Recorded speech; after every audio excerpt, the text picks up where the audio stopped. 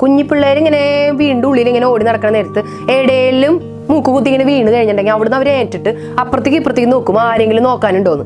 അപ്പൊ നമ്മൾ ആരെങ്കിലും കണ്ടു കഴിഞ്ഞിട്ടുണ്ടെങ്കിൽ നമ്മൾ ചോദിക്കും ഒച്ചുടാ കുട്ടം വീണ സാരില്ലാട്ടാ. ഇതേ സമയം നിങ്ങൾ കുറച്ച് അങ്ങോട്ട് മാറി നിന്നിട്ട് മൈൻഡ് ചെയ്യാണ്ടിരുന്ന് നോക്കിയേ, അപ്പുറത്തേക്ക് ഇപ്പുറത്തേക്ക് നോക്കിയിട്ട് ആരും കാണാനില്ല എന്ന് കണ്ടു കഴിഞ്ഞാൽ വലിയ വീഴ്ചയല്ലാട്ടോ ഞാൻ പറയണേ, ചെറിയ തട്ടി തടഞ്ഞിട്ടുള്ള കുഞ്ഞു വീഴ്ചകൾ.